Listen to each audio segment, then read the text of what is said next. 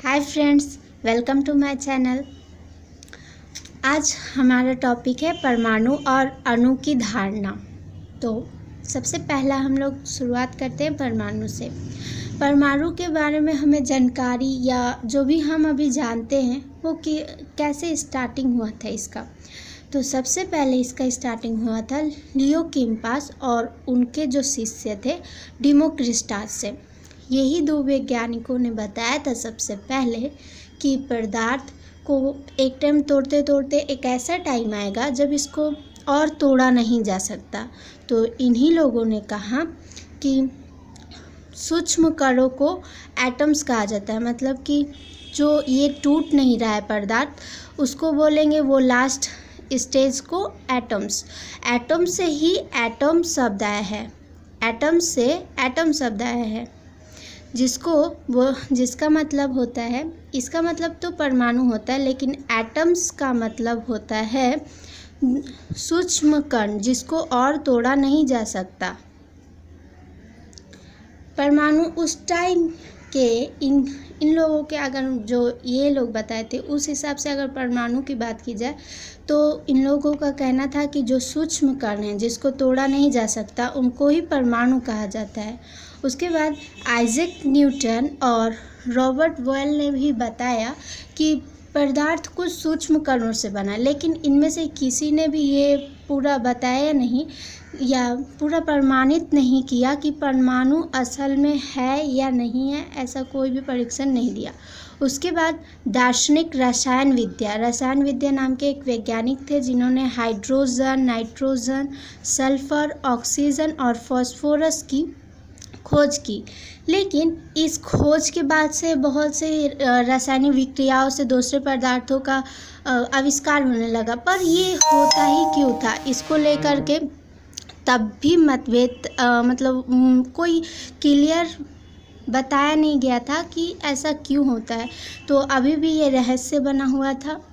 उसके बाद 1808 ईस्वी में जॉन डाल्टन ने क्या किया, एटॉमिक थ्योरी को लिखित रूप से प्रकाशित किया था। लेकिन उन्होंने जो थ्योरी प्रकाशित किया था वो थ्योरी में कुछ त्रुटियां थी, जिसको सही किया था 1811 ईस्वी में अवोगाड्रो डाल्टन ने। ठीक है, तो उसके बाद से ये अवोगाड्रो डाल्टन ने बताया कि नहीं, पदार्थ को तोड़ते तोड़ते ऐसा एक टाइम आएगा जब उसको तोड़ा नहीं जा सकता, ऐसा कोई बात नहीं है, उसको और भी तोड़ा जा सकता है। जैसे इसका लास्ट स्टेज है पदार्थ का परमाणु, जिसको उन्होंने बताया परमाणु है। इसके बाद से ही खोज जारी हो गया। अब परमाणु में क्या है इसको लेकर के, परमाणु तो पता चल गया कि पदार्थ का सबसे छोटी इकाई परमाणु है। तो अब ये परमाणु में क्या क्या है अब इसको जानते हैं, इसकी खोज कैसे हुई थी। तो परमाणु में क्या है, इसका खोज में क्या बताया गया था, 1897 ईस्वी में जे थॉमसन नाम के एक वैज्ञानिक थे जिन्होंने इलेक्ट्रॉन का खोज किया। उन्होंने बताया कि परमाणु में ऋणात्मक चार्ज है, लेकिन उन्होंने ये नहीं बताया कि इसका नाम क्या होगा, ये उन्होंने नहीं बताया। इसका नाम को बताया जॉर्ज स्टेनी ने।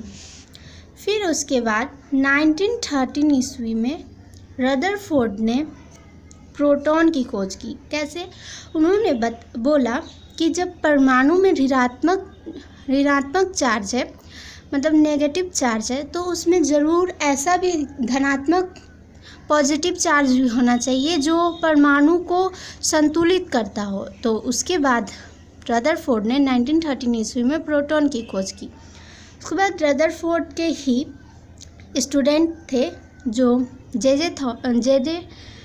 जैडविक, जिन्होंने 1932 ईस्वी में न्यूट्रॉन की खोज की।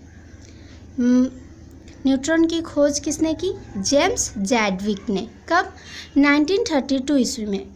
इसका मतलब पदार्थ इन 3 कणों से मिलकर बना है। क्या क्या, इलेक्ट्रॉन, प्रोटॉन और न्यूट्रॉन।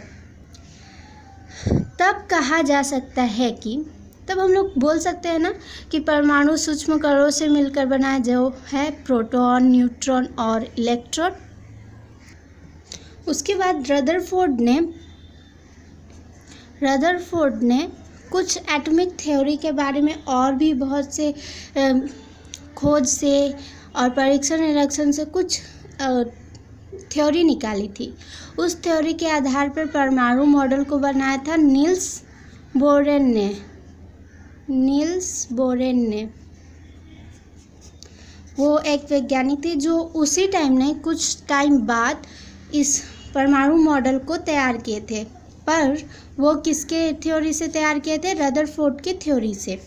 तो मैंने यहाँ पे सिर्फ एक हाइड्रोजन का ड्राइंग बना करके बस बताने के लिए किया है। उसके बाद नेक्स्ट आता है हमारा परमाणु में क्या क्या होता है। देखो, परमाणु के ये है न्यूक्लियस, जिसमें प्रोटॉन और न्यूट्रॉन होता है। प्रोटॉन को प्लस से बताया जाता है और न्यूट्रॉन को 0 से, क्योंकि इसमें कोई विद्युत त्वरित आधान नहीं होता है। और ये है इलेक्ट्रॉन।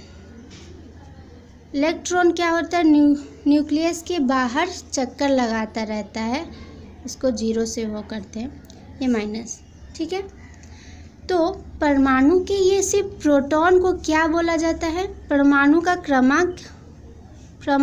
क्रमांक या एटॉमिक नंबर किसको? प्रोटॉन की सिर्फ संख्या को, मतलब एक परमाणु में जितना प्रोटॉन संख्या होगा वो उतना एटॉमिक नंबर होगा। उसके बाद ये प्रोटॉन और ये न्यूट्रॉन, तो न्यूट्रॉन और प्रोटॉन की संख्या को जब प्लस किया जाए और उससे जो संख्या प्राप्त होगा वो होगा क्या? Mass atomic number. कैसे? देखो, ये है मान लो 6 और ये है 6, तो ये हो गया 6 + 6 = 12। तो इसको बोलेंगे परमाणु का भार संख्या, मतलब परमाणु का जितना भार होगा प्रोटॉन और न्यूट्रॉन की संख्या को योग करने पर जो संख्या प्राप्त होगा उतना परमाणु का भार होगा, ठीक है। आइसोटॉप और आइसोबार के हम लोग बेसिक सिर्फ कॉन्सेप्ट को जानेंगे जितना हम लोग मेरे पास है। आइसोटॉप मतलब होता है वे परमाणु जिनका एटॉमिक नंबर, मतलब कि परमाणु में जितना प्रोटॉन की संख्या है वो कहलाता है एटॉमिक नंबर, बताया ना। तो वैसी एटॉमिक नंबर सेम होता है जिस परमाणु में, लेकिन उसका मैस नंबर यानी कि भार संख्या सेम नहीं होता है, मतलब मैच नहीं करता है, वो कहलाता है आइसोटॉप, ठीक है। जैसे 2H1, यहाँ पर नीचे जो ये 1 है ये कहलाएगा एटॉमिक नंबर, क्योंकि एटॉम नंबर नीचे ही लिखा जाता है। और देखो ये तीनों में ही नीचे सेम है, लेकिन ऊपर का ये जो संख्या है मतलब कि मैस नंबर वो सेम नहीं है, इसका 2 है, इसका 1 है, इसका 3 है। तो ये क्या हुआ? आइसोटॉप के ये फॉर एग्जांपल्स है। उसके बाद है आइसोबार, वे परमाणु जिनका मैस नंबर सेम होता है, मतलब कि उसकी भार संख्या सेम होती है, लेकिन उसका एटॉमिक नंबर यानी कि परमाणु क्रमांक सेम नहीं होता, वो कहलाते हैं आइसोबार। जैसे 318, 3He2 इत्यादि। देखो इसका ऊपर का नंबर यानी कि मैस नंबर सेम है, लेकिन एटॉमिक नंबर सेम नहीं है।